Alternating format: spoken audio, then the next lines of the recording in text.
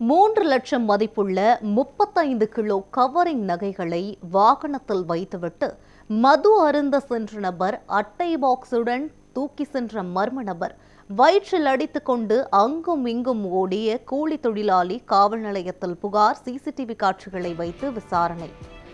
சிதம்பரம் அருகே குமாரமங்கலம் கிராமத்தை சேர்ந்தவர் சவுந்தரராஜன். இவர் சிதம்பரம் நகர பகுதியில் உள்ள ஒரு கவரிங் நகைக்கடையில் வேலை செய்து வருகிறார்.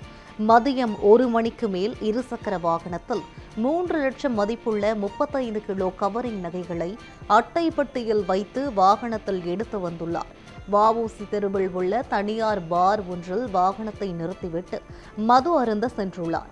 அப்போது அதே பாரிலிருந்து வெளியே வந்த அரை டவுசர் போட்ட நபர் ஒருவர் நீண்ட நேரம் காத்திருந்து வாகனத்தில் இருந்த கவரிங் நகைகளை அட்டை பெட்டியுடன் எடுத்துக்கொண்டு அவரது வாகனத்தில் புறப்பட்டு சென்றார்.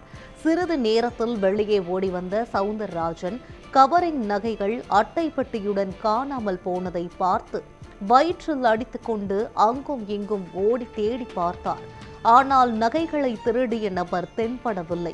இதனையடுத்து மீண்டும் பாருக்குள் ஓடி வந்தவர் நகைகள் காணாமல் போனது பற்றி பார் ஊழியர்களிடம் தெரிவித்தார். அதன் அடிப்படையில் அவர்கள் அங்கிருந்த சிசிடிவி காட்சிகளை ஆராய்ந்து பார்த்தபோது பாரில் மது அருந்திய ஒரு நபர்தான் இந்த திருட்டு சம்பவத்தில் ஈடுபட்டிருப்பது தெரிய வந்தது. இதனையடுத்து சவுந்தரராஜன் சிசிடிவி காட்சிகளை சிதம்பரம் நகர காவல் நிலையத்தில் கொடுத்து திருடப்பட்ட கவரிங் நகைகளை மீட்டு தர வேண்டும் என புகார் அளித்தார். இதுகுறித்து போலீசார் விசாரணை மேற்கொண்டு வருகின்றனர்.